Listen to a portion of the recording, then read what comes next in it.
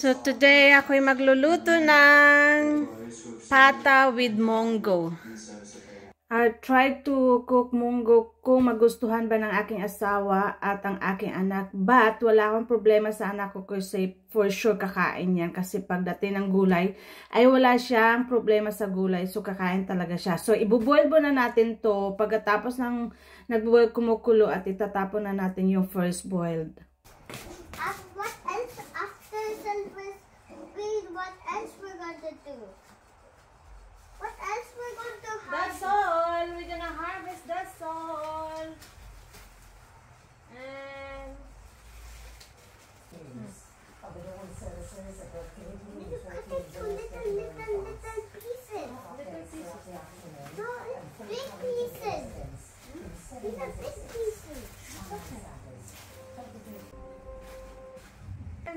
talbos ng kamote. Wait.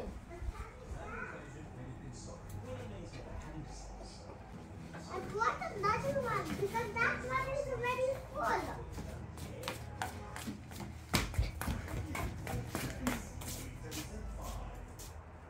Is there?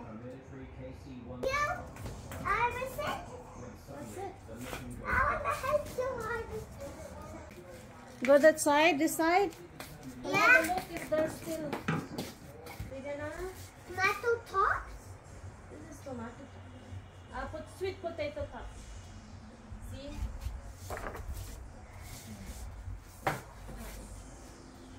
This is our farm. This is your. This is our farm. Yeah, this is our farm. Because you love vegetable, isn't it? Yeah. But you see that, Rose? You don't touch it. It will make you get blood in your hand. Hold that one, and that's it. Too much on my hand. You're big boy now. Come on. There's petite saliva on that. Who's spitting saliva? Those plants. See? My big helper. Thank you, my love. Sinugasan ko pala siya, guys. Lagyan ko ulit siya ng tubig. At ilagay natin ulit 1.5 cup. So, gasan muna natin. So, isinabay ko na pala yung munggo para sabay na silang maluto yung pata. So, lagyan natin ng salt according to your taste. At iset up na natin yung ating kalan. So, 130 ang maximum nito, guys.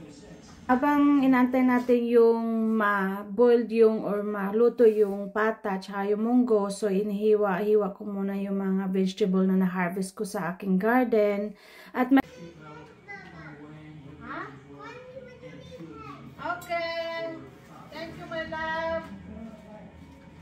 Call me. Call me when I need help. Oh, nice. I love you. Thank you for your offer, my love. Mahilig talaga ako magtanim, guys, kasi gusto ko yung pag kailangan ko na wala sa ref ko ay pwede kong ma-harvest sa garden. So, it's nakakatipid na rin ako, guys. So, ganyan talaga ako. Niluto ko pala siya separately yung bawang, sibuyas at kamatis para ilagay ko mamaya doon sa munggo. So, nilagay ko na pala yung spinach. Nag-harvest na naman ang aking sili. Ito na nga, nag-dry yung iba kasi hindi ko na-harvest. Super dami kasi. And si Raquel lang ang humingi. And malaki na. Maka-harvest na ako soon. Ready to eat. Patis with suka and chili.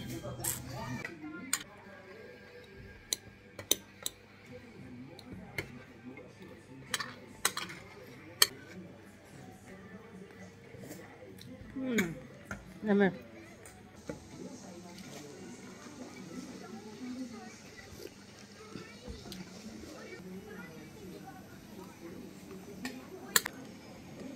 Mm.